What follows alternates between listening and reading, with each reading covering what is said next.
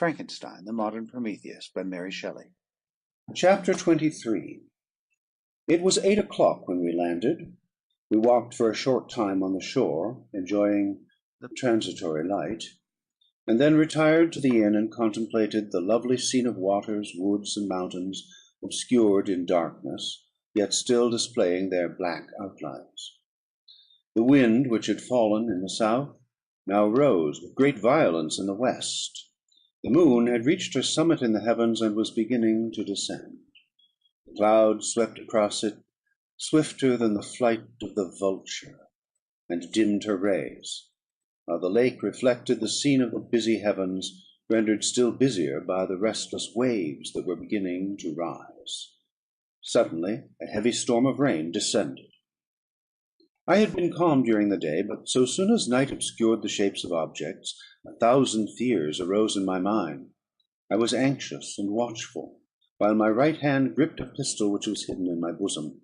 Every sound terrified me, but I resolved that I would sell my life dearly, and not shrink from the conflict until my own life, or that of my adversary, was extinguished. Elizabeth observed my agitation for some time in timid and fearful silence, but there was something in my glance which communicated terror to her, and trembling, she asked, "What is it that agitates you, my dear Victor? What is it you fear?" "Oh, peace, peace, my love," replied I. "This night, and all will be safe; but this night is dreadful, very dreadful." I passed an hour in this state of mind, when suddenly I reflected how fearful the combat which I momentarily expected would be to my wife, and I earnestly entreated her to retire, resolving not to join her until I had obtained some knowledge as to the situation of my enemy. She left me, and I continued some time walking up and down the passages of the house, and inspecting every corner that might afford a retreat to my adversary. But I discovered no trace of him, and was beginning to conjecture that some fortunate chance had intervened to prevent the execution of his menaces, when suddenly I heard a shrill and dreadful scream. It came from the room into which Elizabeth had retired. As I heard it, the whole truth rushed into my mind. My arms dropped, the motion of every muscle and fibre was suspended. I could feel the blood trickling in my veins, and tingling in the extremities of my limbs. This state lasted but for an instant. The scream was repeated, and I rushed into the room. Great God! Why did I not then expire? Why am I here to relate the destruction of the best hope and the purest creature on earth? She was there, lifeless and inanimate, thrown across the bed, her head hanging down, and her pale and distorted features half covered by her hair.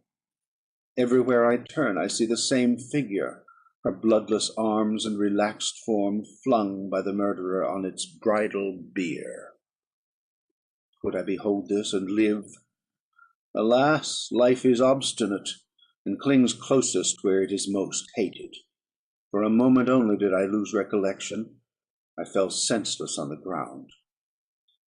When I recovered, I found myself surrounded by the people of the inn. Their countenances expressed breathless terror, but the horror of others appeared only as a mockery, a shadow of the feelings that oppressed me. I escaped from them to the room where lay the body of Elizabeth, my love, my wife, so lately living, so dear, so worthy. She had been moved from the posture in which I had first beheld her, and now, as she lay, her head upon her arm, and a handkerchief thrown across her face and neck, I might have supposed her asleep. I rushed towards her and embraced her with ardour, but the deadly languor and coldness of the limbs told me that what I now held in my arms had ceased to be Elizabeth, whom I had loved and cherished. The murderous mark of the fiend's grasp was on her neck, and the breath had ceased to issue from her lips.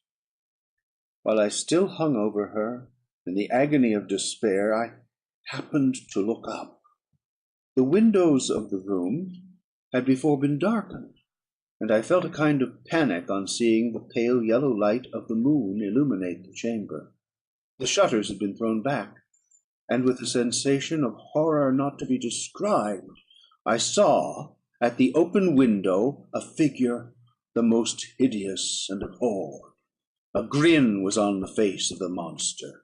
He seemed to jeer, as with a fiendish finger he pointed towards the corpse of my wife. I rushed towards the window, and drawing a pistol from my bosom, fired, but he eluded me, leaped from his station, and running with the swiftness of lightning, plunged into the lake. The report of the pistol brought a crowd into the room. I pointed to the spot where he had disappeared, and we followed the track with boats. Nets were cast, but in vain. After passing several hours, we returned hopeless, most of my companions believing it to have been a form conjured up by my fancy. After having landed, they proceeded to search the country, parties going in different directions among the woods and vines. I attempted to accompany them, and proceeded a short distance from the house, but my head whirled around, my steps were like those of a drunken man. I fell at last in a state of utter exhaustion. A film covered my eyes, and my skin was parched with the heat of fever. In this state I was carried back and placed on a bed, hardly conscious of what had happened. My eyes wandered round the room as if to seek something I had lost. After an interval I arose, and as if by instinct crawled into the room where the corpse of my beloved lay. There were women weeping around. I hung over it, and joined my sad tears to theirs. All this time no distinct idea presented itself to my mind, but my thoughts rambled to various subjects, reflecting confusedly on my misfortunes and their cause. I was bewildered in a cloud of wonder and horror. The death of William, the execution of Justine, the murder of Clerval, and lastly of my wife. Even at that moment I knew not that my only remaining friends were safe from the malignity of the fiend. My father even now might be writhing under his grasp, and Ernest might be dead at his feet. This idea made me shudder, and recalled me to action. I started up, and resolved to return to Geneva with all possible speed. There were no horses to be procured, and I must return by the lake. The wind was unfavourable, and the rain fell in torrents. However, it was hardly morning, and I might reasonably hope to arrive by night.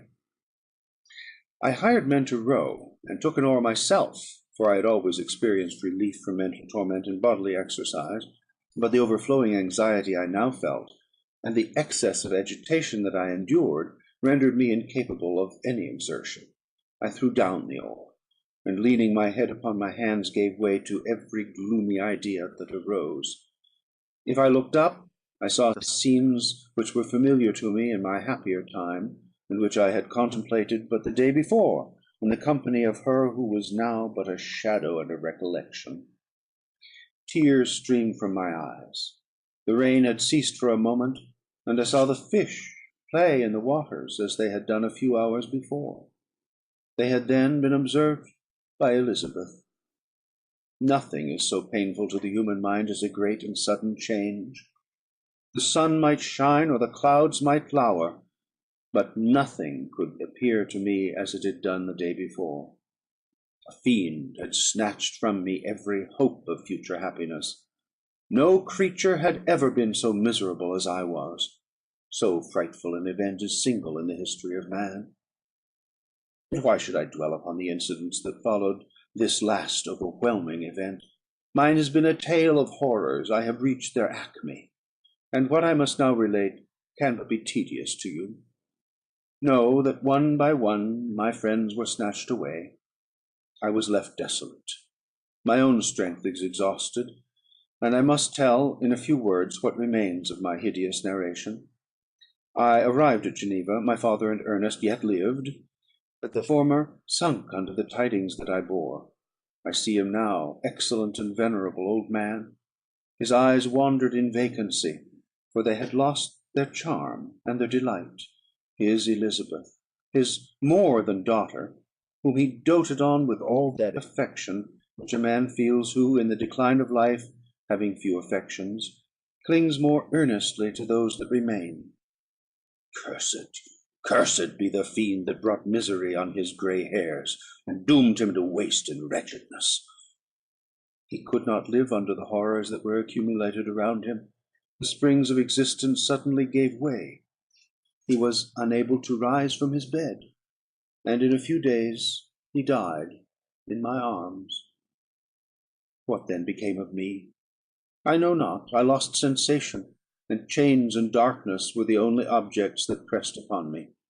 Sometimes, indeed, I dreamt that I wandered in flowery meadows and pleasant vales with the friends of my youth; but I awoke and found myself in a dungeon.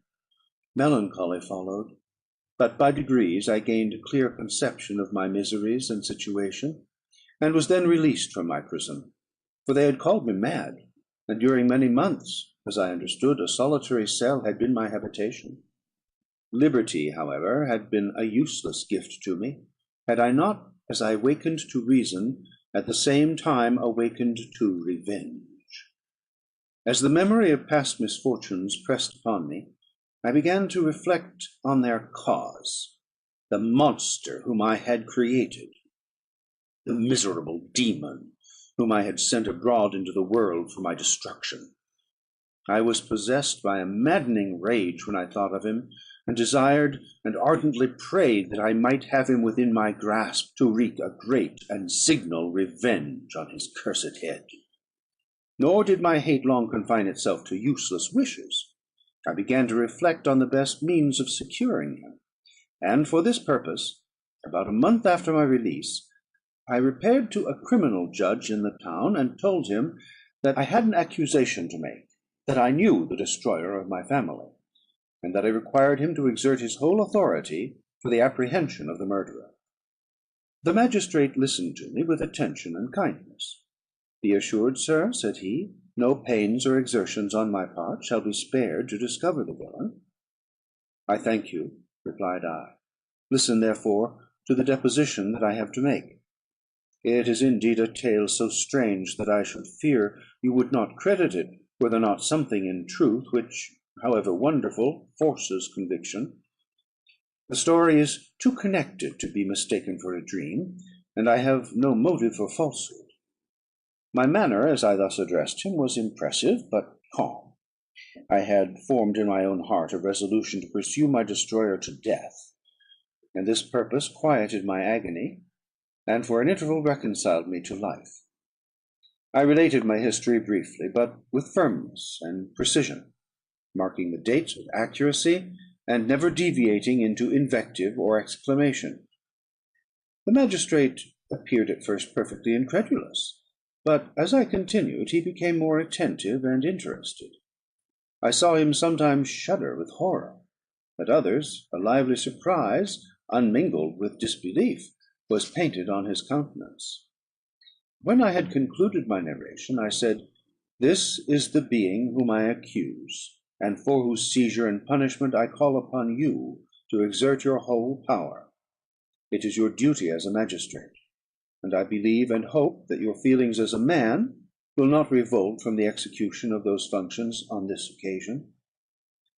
This address caused a considerable change in the physiognomy of my auditor. He had heard my story with that half kind of belief that is given to a tale of spirits and supernatural events. But when he was called upon to act officially in consequence, the whole tide of his incredulity returned. He, however, answered mildly, "I would willingly afford you every aid in your pursuit, but the creature of whom you speak appears to have powers which would put all my exertions to defiance. Who can follow an animal which can traverse the sea of ice, and inhabit caves and dens where no man would venture to intrude? Besides, some months have elapsed since the commission of his crimes, and no one can conjecture to what place he has wandered, or what region he may now inhabit. I do not doubt that he hovers near the spot which I inhabit; and if he has indeed taken refuge in the Alps, he may be hunted like the chamois, and destroyed as a beast of prey. But I perceive your thoughts. You do not credit my narrative, and do not intend to pursue my enemy with the punishment which is his desert." As I spoke, rage sparkled in my eyes. The magistrate was intimidated. "You are mistaken," said he. "I will exert myself; and if it is in my power to seize the monster, be assured that he shall suffer punishment proportionate to his crimes. But I fear, from what you have yourself described to be his properties, that this will prove impracticable.